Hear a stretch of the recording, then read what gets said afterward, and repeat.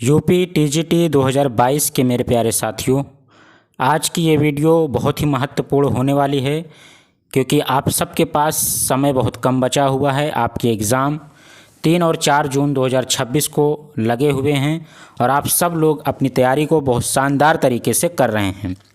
साथियों, ये वीडियो आप लोगों की डिमांड पर आज हम लोग लेकर के आए हैं, जिसमें आज हम बात करेंगे यूपी टीजीटी मैथ विषय के बारे में कि आखिर मैथ के ऐसे कौन से महत्वपूर्ण टॉपिक्स हैं जो एग्ज़ाम में आ सकते हैं, जहां की तैयारी आपको इन बचे हुए 50 दिनों में कर लेनी चाहिए ताकि यहां से कोई भी सवाल ना गलत होने पाए और आपका सिलेक्शन सुनिश्चित हो सके। तो साथियों, जो भी साथी मैथ से तैयारी कर रहा है उन सब के लिए ये वीडियो बहुत ही महत्वपूर्ण होने वाली है। आप सबको पता है कि आपकी यूपी टीजीटी 2022 में टोटल पदों की संख्या जो मैथ में है वो है 533। जी हाँ साथियों, 533 पदों के लिए लगभग 1 से 1.5 लाख विद्यार्थियों ने फॉर्म को अप्लाई किया है मैथ विषय से। आप सबको पता है कि इसमें कंपटीशन बहुत तगड़ा होने वाला है, लेकिन अगर आपने कंसिस्टेंसी के साथ लगातार प्रैक्टिस और रिवीजन किया तो यकीनन आपका सिलेक्शन यहाँ पे होने वाला है। साथियों, आज हम लोग बात करने वाले हैं कि इसमें मैथ में कौन से ऐसे टॉपिक हैं जहाँ से कितने सवाल आते हैं और कौन महत्वपूर्ण हैं।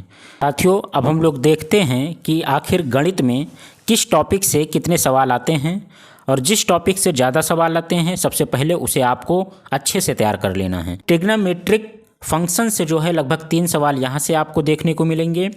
स्ट्रेट लाइन से 4 से 5 सवाल आते हैं। हाइट एंड डिस्टेंस के 1 सवाल, इन्वर्स ट्रिग्नो से 2 सवाल लगभग आने वाले हैं।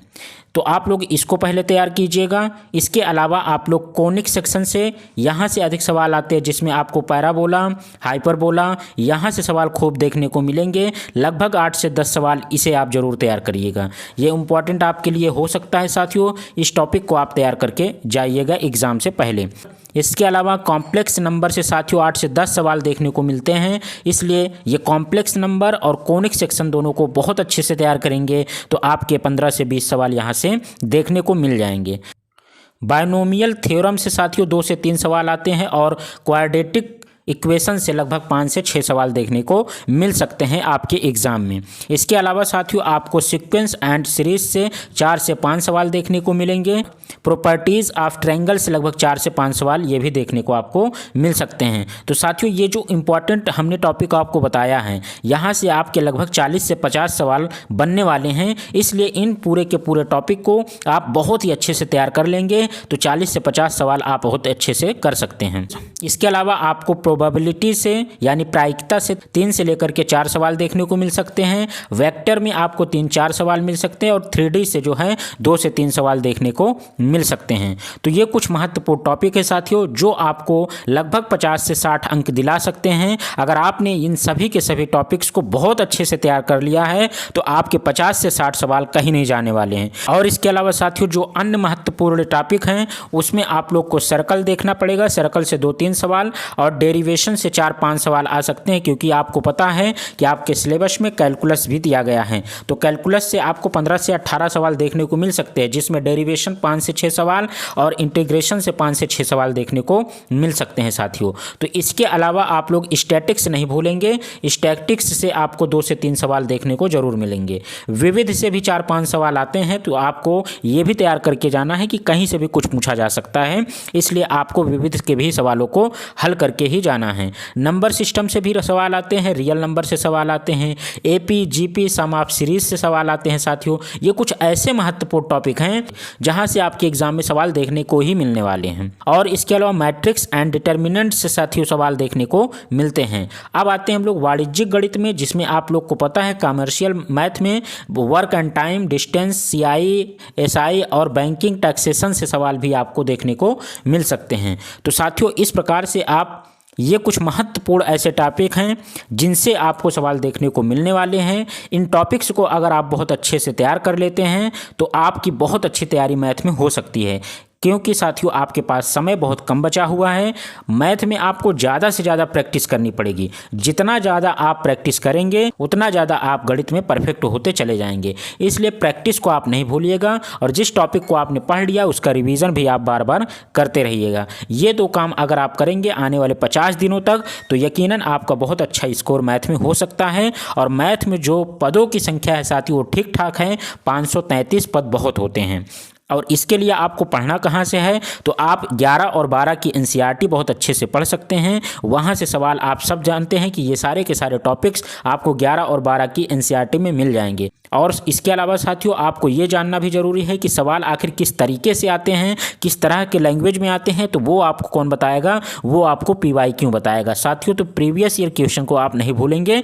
प्रीवियस ईयर क्वेश्चन ले लीजिए, चाहे आप यूथ की या फिर घटना चक्र की, वहाँ से सवाल लगाइए और वहाँ से आप देखिए कि हर एक टॉपिक से किस प्रकार के सवाल पूछे जाते हैं। अगर आप इस तरीके से अपनी तैयारी को बचे हुए 50 से 60 दिनों तक करेंगे तो उम्मीद करते हैं आपका जो स्कोर है साथियों 100+ चला जाएगा। अगर आपने 100+ स्कोर कर लिया है तो एकदम 100% आपका यहाँ पे सिलेक्शन होना सुनिश्चित है साथियों। इसलिए आपको अपना टारगेट जो रखना है वो कम से कम 125 सवालों में 100 सवालों को सही करना है और बचे हुए 25 सवालों में आपको तुक्का लगा करके 2-4-10 सवाल को सही करना होगा। अगर आप 100+ सवाल को सही कर ले जा रहे हैं तो आपका बहुत अच्छा स्कोर बन जाएगा और आप इस 533 पदों में से एक पद के लिए योग्य हो जाएंगे। आप सबको पता है साथियों ये वैकेंसी 2022 में आई हुई थी। इसका जो एग्ज़ाम पैटर्न है वो बहुत आसान है, एकमात्र सिंगल एग्ज़ाम होने वाला है और इसके अलावा कोई भी नेगेटिव मार्किंग नहीं होने वाली है। ना तो इसमें कोई इंटरव्यू होगा और ना ही किसी प्रकार का कोई प्री और मेंस होगा। इसलिए साथियों बहुत शानदार मौका है। अगर आप बहुत अच्छे से तैयारी कर रहे हैं तो आपका सिलेक्शन होना इसमें सुनिश्चित है। बस ज़रूरत इस बात की है कि इन कम समय में अपने किन महत्वपूर्ण टॉपिक को पढ़ें जिससे हमारा स्कोर ज़्यादा से ज़्यादा हो सके। तो आपको हमने बता दिया है साथियों, आपको बहुत अच्छे से अपनी तैयारी को कर लेना है। आप इंतज़ार में मत रहिए कि नई वैकेंसी आएगी। ये बात सत्य है कि नई वैकेंसी 2026 में आएगी और उसमें मैथ के पदों की संख्या भी बहुत अधिक होने वाली है।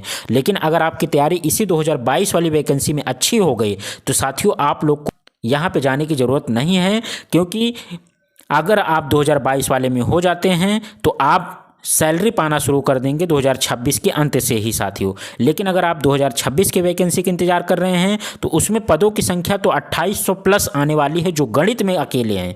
ये बहुत अधिक संख्या है साथियों। जहां 533 पद 2022 में थे वहीं 2026 की नई वैकेंसी में लगभग 2800+ पद गणित में आने वाले हैं। इसके लिए भी आप लोग तैयार रहिएगा जो भी नए साथी हैं। लेकिन जिन लोगों ने फॉर्म 2022 में अप्लाई किया है उनके लिए बहुत बेस्ट मौका है साथियों। खूब मेहनत कीजिए, खूब अच्छे से लग जाइए, प्रीवियस ईयर क्वेश्चन को लगा डालिए खूब अच्छे से और रोज़ डेली आप कम से कम 100 से लेकर 125 सवालों की प्रैक्टिस डेली कीजिए। अब आपके पास केवल और केवल यही मौका बचा है। बचे हुए आखिरी 50 दिन को ऐसा पढ़ लीजिए साथियों, आप ऐसी प्रैक्टिस कर दीजिए कि आपको भी लगना चाहिए कि हमने पिछले 4 सालों से जो तैयारी की थी 50 दिनों में हमें अब जा करके उसका रिजल्ट मिलने वाला है। इसलिए आपको साथियों खूब मेहनत करनी पड़ेगी और बचे हुए समय को सही दिशा में उसका प्रयोग करना पड़ेगा। हमने इसी चैनल पर ऐसी सी वीडियो आप लोगों के लिए लाई है जिसमें विद्यार्थी कौन कौन सी गलतियाँ कर रहे हैं, उन गलतियों को आपको समझना पड़ेगा, उन गलतियों से आपको बचना पड़ेगा। अगर आप उन गलतियों से बचते हैं तो यकीनन आप बहुत अच्छा प्रदर्शन कर सकते हैं।